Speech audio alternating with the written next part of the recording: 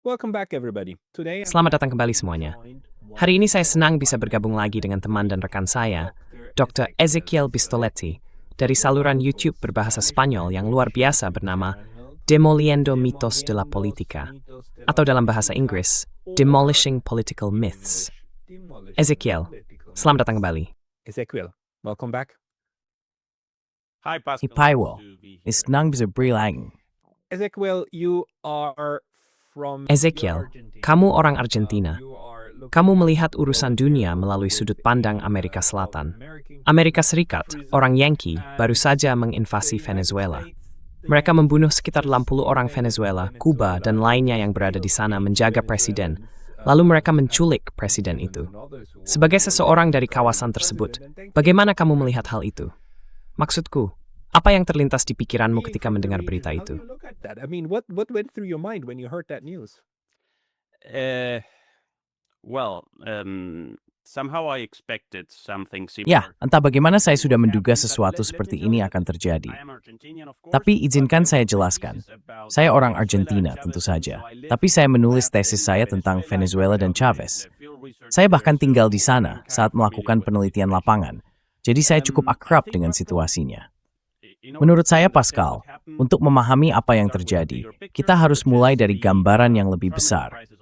Krisis terminal dari tatanan unipolar, kemunduran cepat Amerika Serikat, pergerintak diktum negeri AS, dan dalam konteks itu munculan Trump. Dan dari sini, ada 4 perubahan formulan lebih seni negeri AS. Four big changes in the foreign US policy. That is a retreat in Europe, as everybody knows, a shift to China. Itu adalah sebuah kemunduran di Eropa, seperti yang semua orang tahu. Pergeseran ke Tiongkok, upaya untuk mundur di Timur Tengah, yang secara alami mustahil karena keberadaan Israel. Dan ini bagian yang penting bagi Amerika, penguatan di benua Amerika. Itu mencakup tidak hanya bagian Amerika Latin dari benua tersebut, tetapi juga Kanada dan pada akhirnya Greenland. Jadi, dalam konteks itu, upaya untuk membangun kembali semacam doktrin Monroe yang baru, Doktrin Dunroe, seperti Schmidt's Helenspoor. In Let's See You, kita mapupay-breathing tektem stasreli thidatsin nai. Resources, the natural resources of the region, but not only that, that's a big part of it. Tapi bukan hanya itu memang bagian besar darinya. Tapi bukan satu-satunya dimensi. Ada juga intervensi di Venezuela, bersama dengan banyak intervensi tidak langsung lainnya yang terjadi di Argentina, Chili, Kolombia, dimanapun Anda pergi di Amerika Latin. Dan saya bahkan bisa mengatakan bahwa terkait dengan Kanada juga, ada upaya untuk mendorong Tiongkok keluar dari gambaran tersebut. Padahal Tiongkok, dengan selisih yang sangat besar, idarain mentikut staff remember spell cord trembeng. Nemain satsipung chuaimei, Mexique filtinija. The only exception being Mexico, naturally. Nevertheless, its presence, it's growing there, so namun demikian, kehadirannya di sana terus meningkat. Jadi, kita melihat adanya upaya untuk menerapkan semacam doktrin Monroe 3.0. Ada pencarian sumber daya alam, tetapi juga terdapat konfrontasi di benua Amerika dengan Tiongkok. Dan secara alami, ada pula upaya untuk mengirim pesan kepada semua kekuatan regional yang mungkin mencoba menjalankan kebijakan luar negeri yang berdaulat. Saya terutama berbicara tentang Meksiko. Tetapi di atas segalanya, ini adalah pesan yang ditujukan kepada Brasil. Dalam konteks ini, Amerika Serikat memulai sesuatu yang kini saya sebut sebagai imperialisme terang-terangan. Amerika Serikat selalu bersikap imperialistik, terutama terhadap Amerika Latin. Tetapi sekarang ini adalah bentuk imperialisme yang jelas-jelas terbuka. Mereka tidak hanya melakukan hal-hal yang biasa mereka lakukan. Kini mereka berkata, baiklah, kami akan mengatur Venezuela. Itulah ungkapan yang they now say, okay, we are going to run Venezuela. That's the words that and that's new, right? That's Dan itu hal baru, bukan? Itu hal baru. Mereka selalu berusaha menyembunyikannya, mengenasinya dengan sarung tangan beludru yang tampak manusiawi sesuai atas definisi Amerika Serikat. Tapi karisma kedesa. Thing, ya, tidak. now just no. this patina of justifications that you had in the past. Lapisan pembenaran yang dulu kamu miliki tentang demokrasi, kapitalisme, kebebasan liberal, dan sebagainya, begitu saja lenyap. Tentu saja kamu bisa mengatakan bahwa mereka menggunakan narkoterorisme dan perdagangan narkoba sebagai alasan. Tetapi bahkan ketika mereka mengatakannya, 5 menit kemudian, mereka secara terbuka mengakui bahwa sebenarnya ini soal minyak, dan bahwa mereka akan menguasai wilayah itu. Pada hari yang sama hal itu terjadi, kami juga mendengar pernyataan dari Trump, Marco Rubio, dan anggota senior pemerintahan AS lainnya tentang Greenland. Kita butuh Greenland. Kita akan mengambil Greenland. Dan tentu saja, ada juga klaim bahwa akan ada putaran baru serangan terhadap Iran. Jadi inilah yang saya sebut sebagai imperialisme terang-terangan, bukan? This is what I call this blatant imperialism, right? We could also mention that since Trump came to power, Kita juga bisa menyebutkan bahwa sejak Trump berkuasa, saya rasa dia sudah melakukan 6 atau 7 serangan. Ada Somalia, ada Nigeria, ada Suriah, Yaman, sekarang Venezuela. Dan ini akan terus berlanjut seperti itu. Jadi ini adalah situasi umum, dan dalam konteks ini, setidaknya di saluran saya, banyak dari kami para analis sudah memperkirakan sesuatu seperti ini akan terjadi di Venezuela. Kami tahu tidak akan ada invasi terbuka. Itu adalah sesuatu yang telah dipelajari oleh elit AS dari Irak dan Afghanistan. Masuk dengan pasukan di lapangan cepat atau lambat akan menjadi bencana. Jadi yang mereka lakukan sekarang hanyalah menyerang, memberi tekanan, dan mencoba mengendalikan keadaan, seperti yang dikatakan Trump. Pada saat yang sama, Pascal yang saya lihat adalah imperialisme yang benar-benar kacau dan anarkis. And anarchic imperialism. So there is a total lack Jadi, of sama sekali tidak ada perencanaan strategis. Suatu hari mereka mengatakan satu hal, dan keesokan harinya mereka mengatakan hal yang benar-benar berlawanan. Dalam kasus Venezuela, saya pikir mereka hanya nekat melakukannya, berharap serangan itu akan segera menyebabkan jatuhnya rezim Bolivarian. Itulah yang sebenarnya mereka perkirakan dalam simulasi perang mereka, menurut media AS, tetapi hal itu tidak terjadi. Wakil Presiden mengambil alih kekuasaan, seperti yang diharapkan. Militer tetap setia pada rezim, dan situasi di jalanan benar-benar tenang. Faktanya, demonstrasi yang kita lihat di Venezuela justru merupakan demonstrasi yang mendukung pemerintah Bolivarian. Jadi kita melihat imperialisme yang terang-terangan, tetapi juga banyak kesalahan dan kekacauan. Dan inilah situasi yang mereka hadapi sekarang. Mereka perlu bernegosiasi dengan Venezuela. They need now to negotiate with Venezuela, and this is the situation they have. Dan inilah situasi yang mereka hadapi. Apakah kamu punya gambaran tentang apa yang sebenarnya terjadi? Karena masih ada kebingungan seperti, oke, kenapa masuk dan hanya menyingkirkan Tuan Maduro? Apakah Amerika Serikat, apakah AS punya kesepakatan? Apakah mereka punya kesepakatan rahasia dengan Delcy Rodriguez? Seperti, oke, kami akan menyingkirkannya. Kamu jadi presiden, lalu kamu ikuti perintah kami, dan kami bahkan akan memberitahu semua orang bahwa itulah yang akan terjadi, dan kamu cukup patuh, atau kami akan melakukan hal yang lebih buruk padamu. Dan dia pada dasarnya setuju. Jadi ini pada dasarnya adalah perebutan kekuasaan internal yang juga kalah oleh Maduro. Apakah itu yang terjadi? Atau apakah dia seorang Chavista dan sebenarnya kamu tahu kata-katanya jujur? Dan Amerika Serikat, seperti yang kamu katakan, tidak menyadari bahwa bukan hanya Maduro, tafsir sistem. Maksudku, karahnya kuwazgid shondeng. Which interpretation do you lean to? There are three main possible Ada 3 kemungkinan penafsiran utama, 3 hipotesis yang mungkin. Yang pertama adalah bahwa ada sebuah kesepakatan, bukan? Mari kita jatuhkan Maduro, lalu seseorang yang lain naik. Itu yang pertama. Lalu ada penafsiran tentang kemungkinan pengkhianatan, bahwa seseorang melakukan pengkhianatan. Dan itulah sebabnya hal ini terjadi begitu mudah. Mengejutkan, melihat helikopter itu terbang di sekitar Caracas tanpa ada yang menembak. Setidaknya dengan manpads, IZ-2, Nyundo, Enanford Sikor, manpads, melawan ligor. Kita siniyedan bethu. Dan kait nuwap menifsunan thurgath. And then there is the third interpretation. This is the one that I follow so far, and this is that Ini adalah yang paling saya condongkan sejauh ini. Idenya adalah bahwa mereka melakukan intervensi militer yang berhasil, dengan harapan semuanya akan mengikuti runtuhnya pemerintahan, dan setelah itu mereka akan menguasai minyak Venezuela. Namun, hal itu tidak terjadi. Jadi penafsiran ketiga adalah kesalahan perhitungan. Meskipun demikian, terlepas dari mana di antara ketiga penafsiran itu yang benar, hasil akhirnya tetap sama. Meskipun mereka mengklaim bahwa merekalah yang mengendalikan keadaan dan akan menguasai seluruh minyak Venezuela, kini mereka mau tidak mau harus bernegosiasi dengan Venezuela.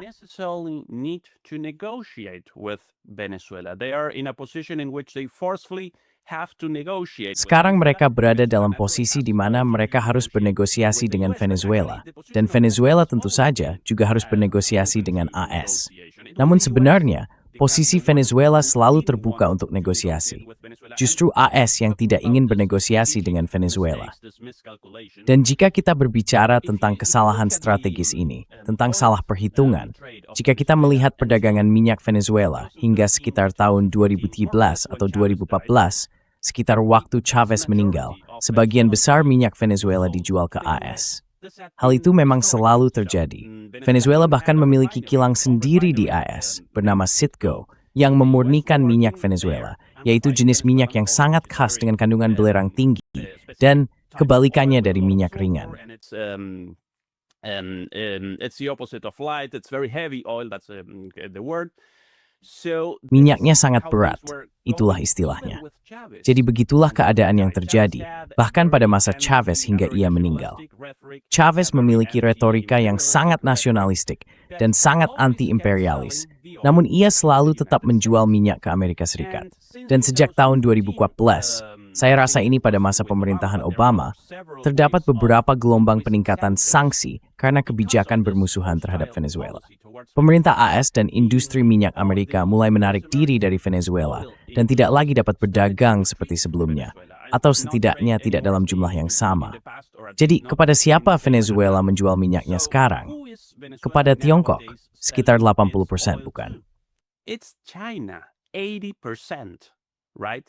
So you see here, Pascal, what I'm talking what I'm Jadi, Pascal, kamu lihat di sini, apa yang saya maksud ketika saya berbicara tentang intervensi yang terus-menerus, tidak menentu, dan imperialistik yang berusaha misalnya menguasai minyak, tetapi justru menghasilkan dampak sebaliknya. Dan kita harus ingat bahwa ini mirip dengan apa yang terjadi di Irak pada tahun 2003. Sekarang justru Tiongkok yang mengeksploitasi minyak di Irak. Jadi sekali lagi, kita melihat imperialisme sedang berlangsung, tetapi juga identik kawal, stambain, gemald, en ukurn, spristafus, en grindstone strategis. Dan sekarang gus gastu, minenjudu kutpien gusas to small dem dithgade, or matigur, nam sitwal stats, and situasi and train.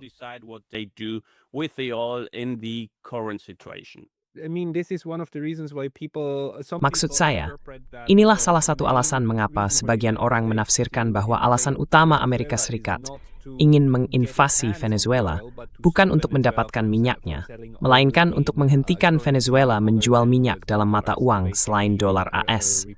Pada dasarnya untuk menggantikan petrodolar Saudi dengan petrodolar Venezuela dan menstabilkan mata uang internasional, bukan untuk memperoleh minyaknya secara langsung. Apa sudah pernah memikirkan argumen semacam itu?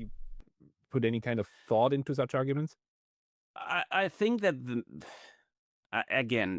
Saya pikir sekali lagi, semua ini terjadi dalam konteks yang lebih besar, yaitu konfrontasi antara Amerika Serikat dan Tiongkok, dalam pergeseran dari tatanan dunia unipolar lama menuju tatanan multipolar yang baru. Jadi, hal ini juga secara alami berkaitan dengan kehadiran Tiongkok di kawasan tersebut. Ketika Trump mulai memberlakukan tarif terhadap hampir semua negara, dalam kasus Amerika Latin, kesepakatan yang akhirnya dicapai adalah, baiklah, kavisibitus warimeni, anaguskin mia, Taiming has arus ending to tank. Itulah yang merekwebu Mexico. Isa thrujuqui seri kitanga Ford, Argentini. Meraktan coba menghalik semiswab Brazil, tetapi sebuah hasil. Tidak mau. They tried to do that with Brazil, but they could not. They could not. Brazil said, okay, so we will, if you put... Brasil berkata, baik, kami akan melakukannya jika kalian memberlakukan tarif ini kepada kami. Dan kasus Brasil ini cukup lucu, karena sama sekali tidak ada alasan ekonomi. Mereka hanya berkata, tidak, ini karena pengadilan di Brasil telah menghukum Bolsonaro, yang merupakan teman Trump. Namun Brasil bisa berkata, baik, kami tidak berdagang dengan kalian lagi. Kami berdagang dengan Tiongkok, dengan India, dengan Rusia, dengan negara-negara BRICS, dan dengan seluruh dunia. Jadi, mereka harus mundur. Sama seperti Amerika Timur terhadap FANG dan semua negara yang bebaskan moral kekuatan mempertahankan Rutin dan Tindi. Support its own sovereignty. And the question of the dollar. Dan persoalan mengenai dolar juga secara alami berperan. Semua perdagangan yang terjadi antara negara-negara BRICS dan katakanlah negara-negara selatan global. Karena ada beberapa negara yang secara resmi tidak termasuk dalam BRICS, tetapi semakin mendekat, semakin banyak dilakukan dalam berbagai mata uang, dalam mata uang nasional. Dan Amerika Serikat tahu bahwa hegemoninya di tingkat global, dalam skala besar, didasarkan pada penggunaan dolar. Jadi, hal ini juga berperan. Now, sa new staffed halhan Eastward Fomains, semanging the space and pores Kathipa war youth. But they're all part of the same scheme. So what does this do to Latin America now? I mean, Jadi, apa artinya ini bagi Amerika Latin sekarang? Maksud saya, Trump, saya rasa mereka bahkan secara terang-terangan mengatakan, ini adalah belahan bumi kami.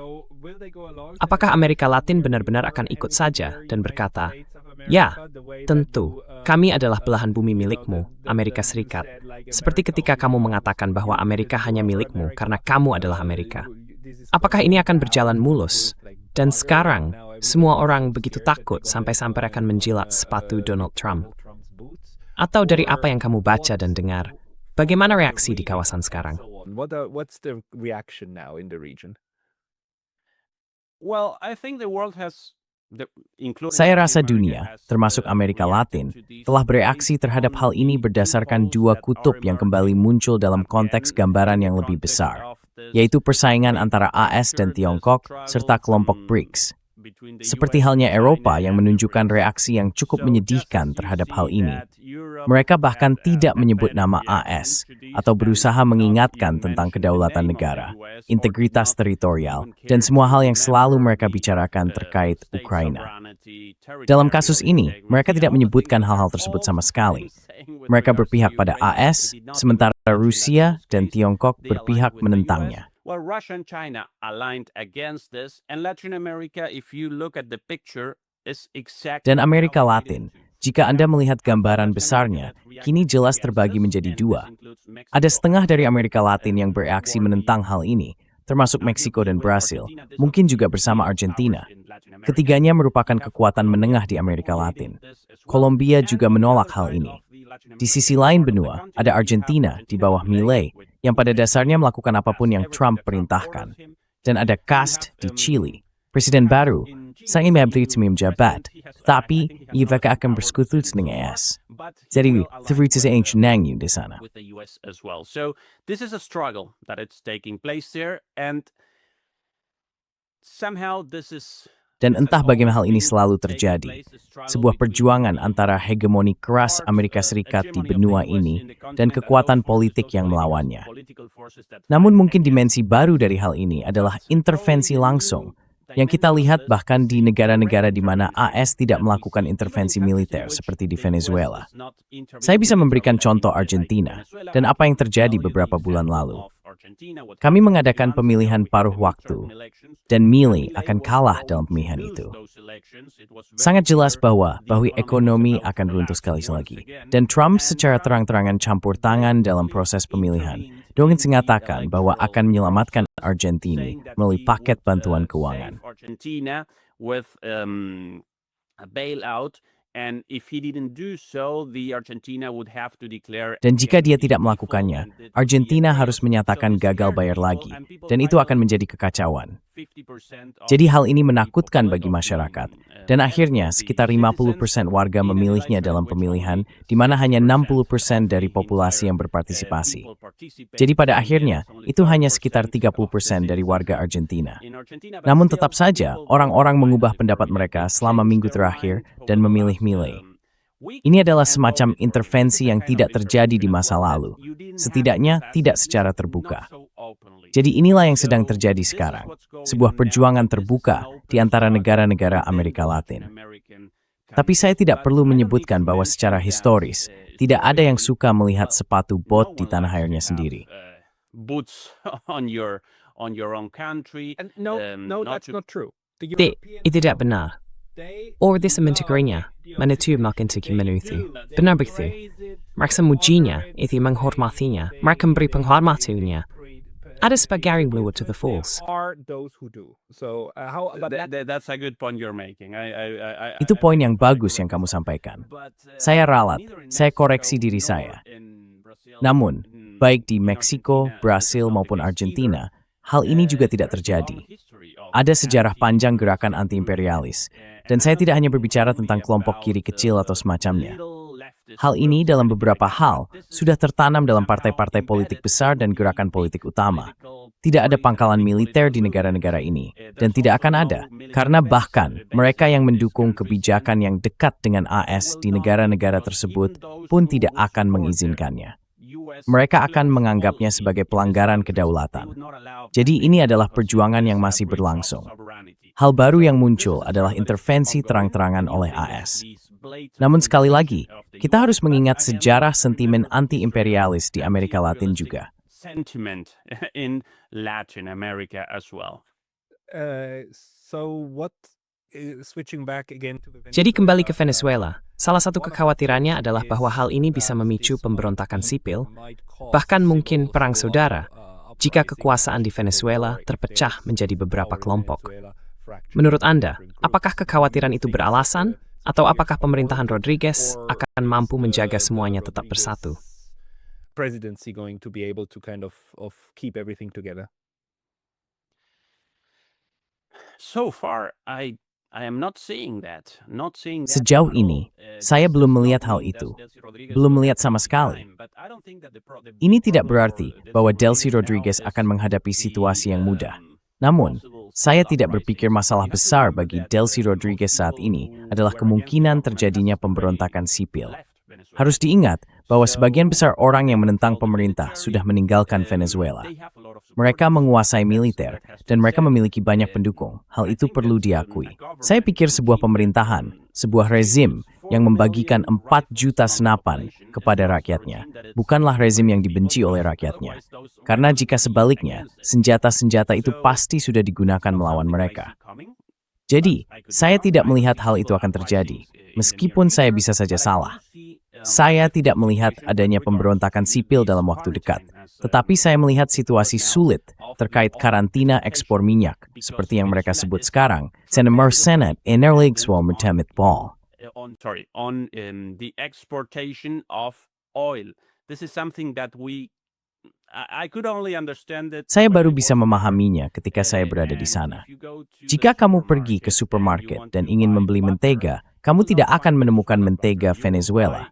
Kamu akan membeli mentega Prancis atau mentega dari Uruguay misalnya. Apa yang mereka lakukan, apa yang mereka hasilkan adalah minyak. Mereka mendapatkan uang. Dulu ini dalam bentuk dolar, lalu mereka membeli semua yang mereka butuhkan. Jadi jika kamu menghentikan minyak, kamu akan menghadapi masalah ekonomi. Itulah sebabnya sanksi sangat buruk bagi Venezuela. Sanksi itu dimulai pada tahun 2014. Sebenarnya sudah dimulai sebelumnya, tetapi sejak saat itu menjadi jauh lebih besar dan lebih dalam. Dan pada tahun-tahun sebelumnya, selama masa ketika Chavez berkuasa, yang dia lakukan pada dasarnya adalah menasionalisasi minyak. Meskipun di Venezuela, minyak sebenarnya tidak pernah secara resmi diprivatisasi. Venezuela oil was never officially privatized, but PDVSA, the public oil company. Namun PDVSA, perusahaan minyak milik negara, berada di tangan para manajer yang tidak menjawab kepada pemerintah, melainkan kepada perusahaan minyak multinasional Amerika Serikat. Jadi, apa yang berhasil dilakukan Chavez adalah merebut kembali kendali atas PDVSA dan mengubah margin keuntungan dari produksi minyak. Dahulu, pembagiannya kira-kira 20% untuk Venezuela dan 80% untuk perusahaan multinasional. Dan ia membalikkan perbandingan itu, menjadi 80% untuk Venezuela dan 20% untuk perusahaan minyak. Dan agak lucu melihat bahwa setelah langkah Chavez ini, tidak satu pun perusahaan, baik Amerika maupun Brasil hadir melalui Petrobras, maupun Repsol, perusahaan minyak Spanyol, tidak ada yang meninggalkan negara itu, karena bahkan dengan 20% tersebut, mereka tetap memperoleh keuntungan yang sangat baik. They made excellent, amazing profits anyway. But Chavez started to use this money and Namun Chavez mulai menggunakan uang ini dan mendistribusikannya kembali. Hingga tahun 2013, ketimpangan menurun, kemiskinan menurun, dan ekonomi tumbuh. Jadi situasinya jauh lebih baik dibandingkan sebelumnya. Lalu ya, dia meninggal dan sanksi pun dimulai. Produksi dan ekspor minyak turun dari 3 juta barel per hari menjadi 0,5 juta. Dan itu menjadi bencana bagi Venezuela.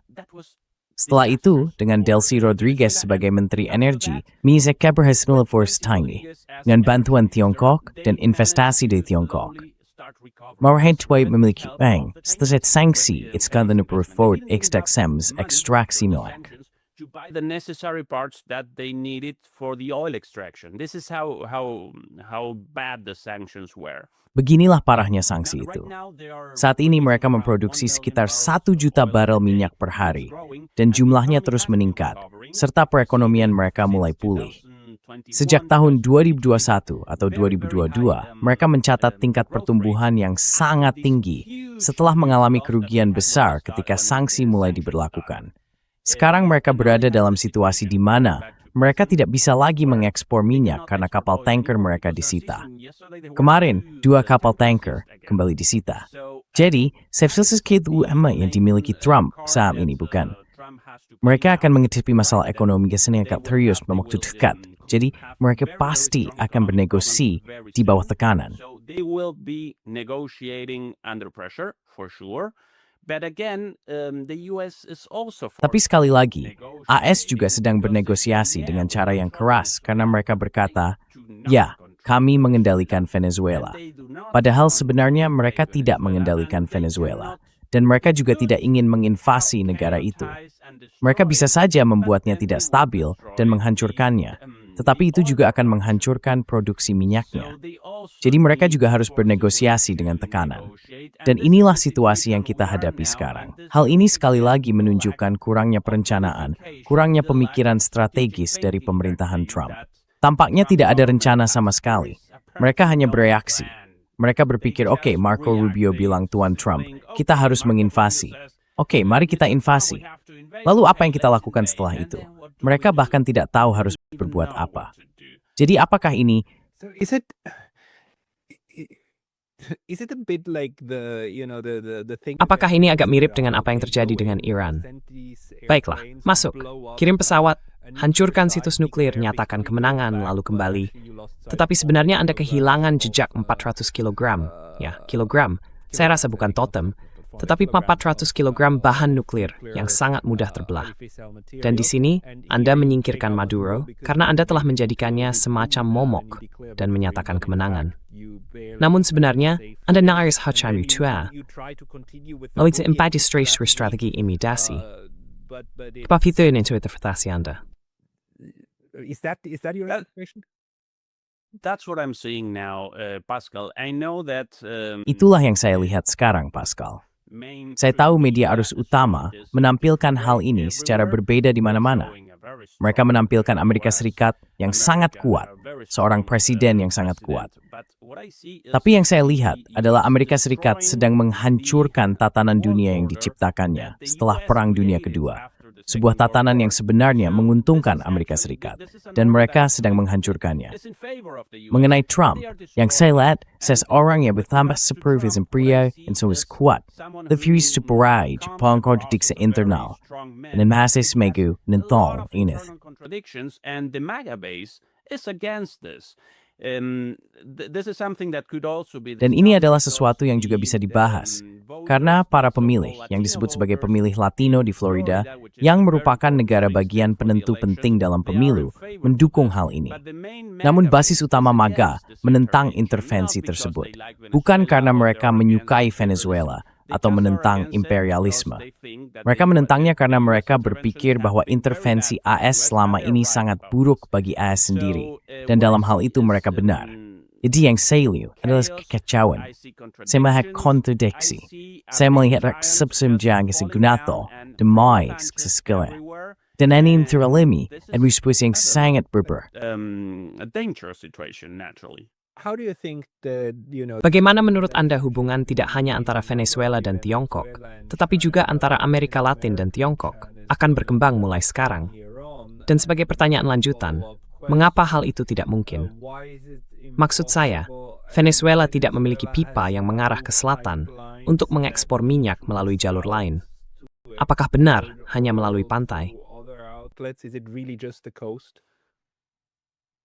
There were plans when Chavez was in power. Ada rencana ketika Chavez berkuasa, begitu juga Lula dan Kirchner, sekitar 10 atau 15 tahun lalu. Ada gagasan tentang pipa gas yang di seluruh Amerika Selatan, tetapi proyek itu tidak pernah terwujud. Biayanya akan sangat besar. Satu-satunya cara Venezuela mengekspor minyaknya adalah melalui kapal tanker. Namun terkait dengan Tiongkok, ini adalah pertempuran yang sudah kalah bagi AS. Tidak peduli seberapa besar mereka ikut campur, baik secara militer maupun tidak, Tiongkok don't selalu menang, seperti yang ada di dunia. Suistat salasnya Tiongkok tiada start, anahar Tiongkok manuk anliat were jopul kelith, no petitor hansmanas. Way better deal than the one that the US offers. China goes to your country. China datang ke negara Anda, baik itu Brasil, Meksiko, Argentina, atau negara manapun di Afrika, dan berkata, baik, kami akan berdagang dengan Anda, kami akan berinvestasi, kami akan mencari keuntungan. Mereka tidak melakukan amal, sama sekali tidak, tetapi mereka membuat kesepakatan yang saling menguntungkan. Mereka berinvestasi, dan kita akan mendapat keuntungan dari investasi itu. Kita akan memperoleh sumber daya alam. Mungkin Anda juga akan membeli produk kami, namun kami juga membangun sesuatu di sana. Kami berinvestasi di sana. Kami mengembangkan perekonomian. Jadi ini adalah situasi yang saling menguntungkan. Sedangkan hubungan yang selalu dimiliki Amerika Serikat dengan Amerika Latin pada dasarnya adalah eksploitasi murni. Jika tidak, dalam kasus ekstrem, intervensi militer. In extreme cases, military interventions, but I can talk for hours about the Argentina. Tapi saya bisa berbicara berjam-jam tentang kasus Argentina. Yang terjadi adalah Amerika Serikat berusaha mencegah ekonomi Amerika Latin berkembang secara industri. Mereka menggunakan mekanisme utang, pada dasarnya utang luar negeri, sebagai cara untuk menghentikan negara-negara berkembang. Dan siapa yang akan meragukan sejenak mana pilihan yang lebih baik? Apakah hubungan dengan Amerika Serikat? Ini smalt, dan imiatutas kriminalitas dua gap gerak berkembang, memenamda wamian uang, awas pebak dan petawat teling ditintro dengan Tiongkok. Inilah dua bawa yang sedang bertengkar dan model Tiongkok ani tinth enyu. Struggle here, and the Chinese model will always win. But it seems that the United States Tapi tampaknya Amerika Serikat sedang membuat taruhan yang berbeda, bukan? Mereka berkata, tidak, kami bisa mengganti rezim presiden, baik melalui kampanye pengaruh maupun intervensi militer. Lalu mereka akan dipaksa untuk menghentikan interaksi ekonomi dengan Tiongkok. Kami bisa mengusir Tiongkok hanya dengan cukup menakut-nakuti Amerika Latin. Dan itu berhasil, maksud saya, Milei. Saya pikir Milei mencerminkan beberapa hal. I think Milei conquered quite a couple of things. But Pascal Milei, it's the best example of that not working. Tapi Pascal, Milei adalah contoh terbaik bahwa hal itu tidak berhasil. Ketika ia berkuasa, Milei adalah penggemar nomor 1 Amerika Serikat. Dan ya, pemerintahannya pada dasarnya seperti pemerintahan pendudukan di Argentina.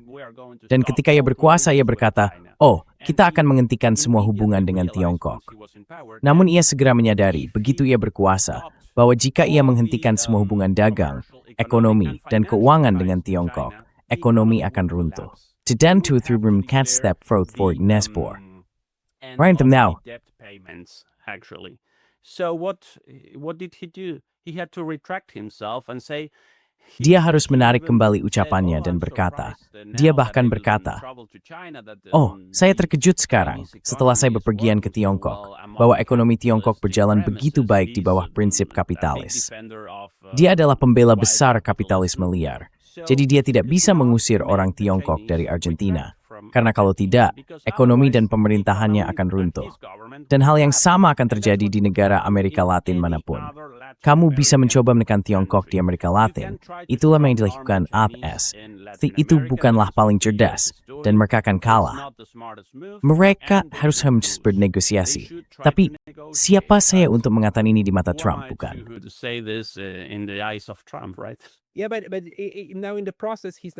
Ya, tapi sekarang, dalam prosesnya, dia juga sedang meruntuhkan seluruh tatanan sistem internasional.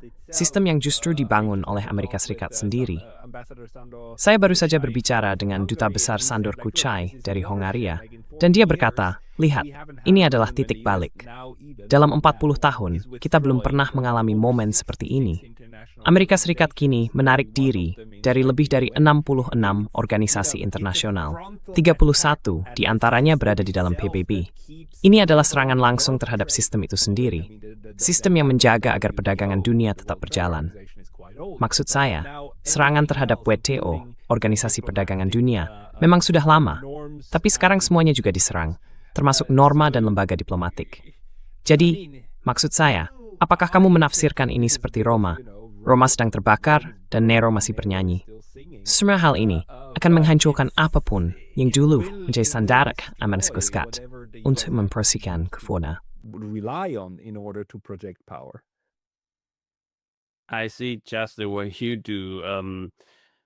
Aku melihatnya sama seperti kamu, Pascal. Hal terburuk dari semua ini adalah betapa berbahayanya situasinya. Ya, karena dalam konteks kejatuhan Roma ini, perang nuklir bisa terjadi kapan saja. Potensi seperti itu tidak ada di Amerika Latin. Meskipun situasi saat ini secara alami mendorong negara-negara untuk mempersenjatai diri kembali. Dan jangan lupa bahwa Meksiko, Brasil, dan Argentina semuanya memiliki teknologi nuklir dan mereka memutuskan stembre untuk mansan militer. Setiap ininya, mereka bisa sahku Kenya. Namun, mari kita kesampingkan dulu Amerika Latin. Let's putting Latin America aside. In any other country in which the US Di negara manapun tempat AS melakukan intervensi, selalu ada kemungkinan terjadinya eskalasi, dan eskalasi itu bisa menjadi nuklir. Saya pikir kejatuhan Iran adalah salah satunya. Bisa juga Ukraina, bisa juga Taiwan. Namun ada terlalu banyak front yang terbuka, dengan terlalu banyak peluang, terlalu banyak kemungkinan terjadinya eskalasi nuklir. Ini adalah situasi yang sangat berbahaya. Dan setiap kali saya berbicara tentang analisis prospektif saya untuk tahun 2026, saya teringat bahwa tahun lalu saya mengatakan bahwa 2025 akan lebih buruk daripada 2024, dan 2024 lebih buruk daripada 2023. Dan sekarang keadaannya lebih buruk daripada 2025. Jadi ini adalah eskalasi yang berkelanjutan, dan ini sangat berbahaya seperti yang Anda tahu. This is very, very dangerous, as you know. Yes, this is why I'm getting very desperate. Ya, inilah sebabnya saya menjadi sangat putus asa, karena saya selalu berpikir akan ada jalan keluar. Kamu tahu bahwa setidaknya dalam hal konfrontasi kekuatan besar, pemerintahan baru akan lebih berpikiran jernih. Dan memang awalnya mereka seperti itu, dengan mengatakan, baik, kita perlu mencapai kesepakatan, kita perlu membuat perjanjian dengan Beijing dan Moskow, dan sebagainya. Tapi sekarang tampaknya semua itu sudah hilang. Dan bahkan serangan terhadap kediaman pribadi Vladimir Putin pun sedang dipertimbangkan. Private residents are kind of on the cards. The further militarization of Taiwan. Militerisasi Taiwan yang semakin meningkat. Dengan kesepakatan militer besar ini, ya Jepang melakukan apa yang Jepang lakukan sendiri. Itu memang bodoh. Saya agak menyingkirkan hal itu dan memisahkannya. Saya tidak berpikir itu diatur oleh AS. Itu kebodohan lokal. Tapi sekarang Amerika Latin dan AS seolah berkata, kalian milik kami, atau terima akibatnya. Ini tampak seperti strategi yang sangat buruk dan begitu berbahaya. Saya berharap ada sisi positifnya. Bisakah memberi sisi positifnya? Begitu saya melihatnya. Can you throw me a silver lining? Let me put it this way. First, let me remind you of the... Pertama-tama, izinkan saya mengingatkan Anda tentang penyitaan kapal tanker Rusia kemarin. Dilaporkan bahwa Rusia mengirim kapal selam, meskipun belum jelas apakah itu benar-benar terjadi, tetapi itu merupakan kemungkinan eskalasi lainnya. Saya pikir yang harus dilakukan pemerintah Amerika Latin sekarang adalah, seperti yang selalu saya sarankan, bersatu. Karena ketika kita bersatu, kita lebih kuat. Kita tidak akan pernah sekuat AS. Tetapi jika kita bersatu, segalanya akan menjadi lebih sulit bagi AS jika mereka mencoba campur tangan di negara kita. Dan kemudian, kita pada dasarnya harus membangun aliansi dengan kekuatan-kekuatan baru yang sedang muncul, tanpa sepenuhnya memutus hubungan kita dengan AS. Pesan kepada AS harus jelas. Jika kalian ingin memiliki hubungan bersahabat dengan kami, dan tidak ada seorang pun di Amerika Latin yang membenci AS atau semacamnya, kami hanya menuntut untuk dihormati, Agden Wingth Toward, Inisarhat.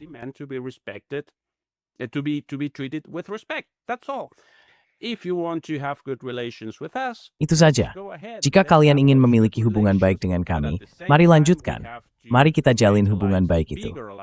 Namun pada saat yang sama, kita harus membangun aliansi yang lebih besar dengan Tiongkok dan Rusia. Kita harus bersatu dan menjadi lebih kuat melalui persatuan. Dan omong-omong, berbicara tentang Tiongkok dan Rusia, insiden kemarin sedang menimbulkan banyak gejolak di kedua negara itu. Orang-orang mengatakan, sudah berakhir dengan sikap moderat. AS harus dihentikan dengan imperialisme yang terang-terangan ini. Saya tidak tahu apakah itu langkah yang paling bijak. Saya benar-benar tidak tahu harus berbuat apa, karena jika Tiongkok dan Rusia bereaksi sekarang, mereka mungkin akan memperburuk situasi. Namun pada saat yang sama, juga benar bahwa jika mereka tidak bereaksi, sikap moderat mereka akan dianggap sebagai kelemahan oleh pemerintahan Trump. Jadi inilah situasi berbahaya yang sedang kita bicarakan. Bukan? This is the dangerous situation we were talking about, right? I still had some hope that China would just. Saya masih punya sedikit harapan bahwa Tiongkok akan memutus pasokan logam tanah jarang dan benar-benar menghambat kemampuan Amerika Serikat dalam hal, kapasitas militernya. Karena itu titik lemah yang sangat besar. Tapi tampaknya AS berhasil menemukan cara untuk meyakinkan Tiongkok agar tidak melakukannya. Maaf, tapi mungkin satu poin terakhir. Di Twitter, saya membaca banyak pesan dari orang yang mengaku sebagai warga Venezuela yang merayakan kejatuhan Maduro dan mengatakan bahwa jika kamu belum pernah menderita di bawah rezim itu, maka diam aja. Kamu tidak punya hak untuk berbicara. Karena dia adalah diktator yang mengerikan. Dan ini sama seperti Saddam Hussein, bukan? Orang-orang senang dia sudah pergi, dan semua orang berpesta di jalanan. Berdasarkan pengalamanmu sendiri dengan Venezuela, kira-kira berapa persen warga Venezuela di dalam dan di luar negeri yang menentang rezim Chavista? Dan berapa yang masih mendukungnya? Dan di mana posisi tengahnya? Kira-kira saja.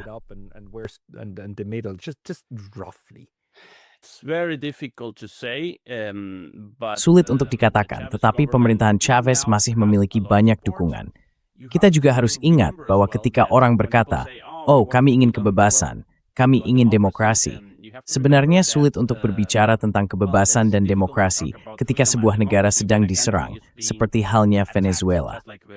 Bukan secara militer sekarang, tentu saja, tetapi di masa lalu, sanksi dan kebijakan bermusuhan dari AS sangat besar pengaruhnya. Sebagian dari pihak oposisi juga mencoba menempuh jalan pemberontakan, yang menyebabkan eskalasi di mana baik oposisi maupun pemerintah memperkeras sikap mereka.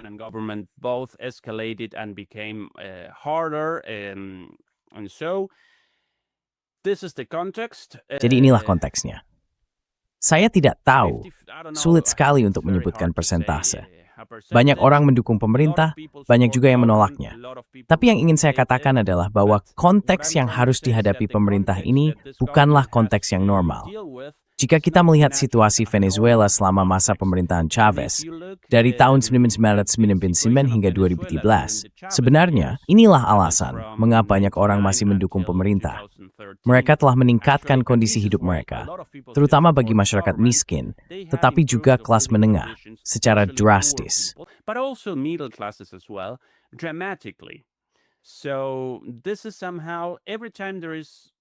Jadi, inilah yang selalu terjadi setiap kali ada pendekatan alternatif, model pembangunan, atau apapun yang menyerupai kedaulatan ekonomi. Semuanya harus dihancurkan.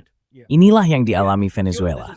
Saya tidak mengatakan bahwa pemerintahan Maduro tidak melakukan kejahatan atau hal semacam itu. Saya tidak menyangkalnya. Pihak oposisi juga melakukan hal-hal mengerikan, termasuk membunuh orang. Yang kita lihat adalah peningkatan kekerasan. Hal itu sempat berhenti dalam beberapa tahun terakhir ketika Venezuela mulai tumbuh kembali. Namun, ketika kita membicarakan berapa banyak orang yang mendukung dan berapa banyak yang tidak, hal itu sangat sulit, Pascal. Sangat sulit. It's very difficult, Pascal. It's extremely difficult. Okay, no, fair enough. Baiklah, masuk akal. Masuk akal. Tidak mungkin memberikan angka yang tepat untuk hal seperti ini. Maksud saya, itu akan membutuhkan sensus besar dan banyak penelitian. Tapi ini sangat membantu. Ezekiel, bagi orang-orang yang ingin membaca atau mendengar lebih banyak dari Anda, sebaiknya mereka terlebih dahulu mengunjungi saluran YouTube Anda, saya kira. Jika mereka berbicara bahasa Spanyol, maka Demoliendo Mitos de la Política. Jika mereka berbicara bahasa Inggris, My Boy Sucks Bahasa Inggris, Ains. English, you also have an English language channel, right? Ya, kami sedang berusaha mengunggah semua yang kami buat dalam bahasa Spanyol dengan sulih suara menggunakan kecerdasan buatan. Kami sedikit tertunda beberapa hari, tapi kami sedang mengerjakannya. Jadi, Demoliendo Mitos untuk mereka yang berbahasa Spanyol dan Demolishing Myths untuk mereka yang berbahasa Inggris. Mereka bisa mengikuti saya di sana. Pergilah temui Dr. Ezekiel Pistoletti. Ezekiel, kasih banyak atas waktumu hari ini. Selamat malam. Seperti biasa. Pleasure as always.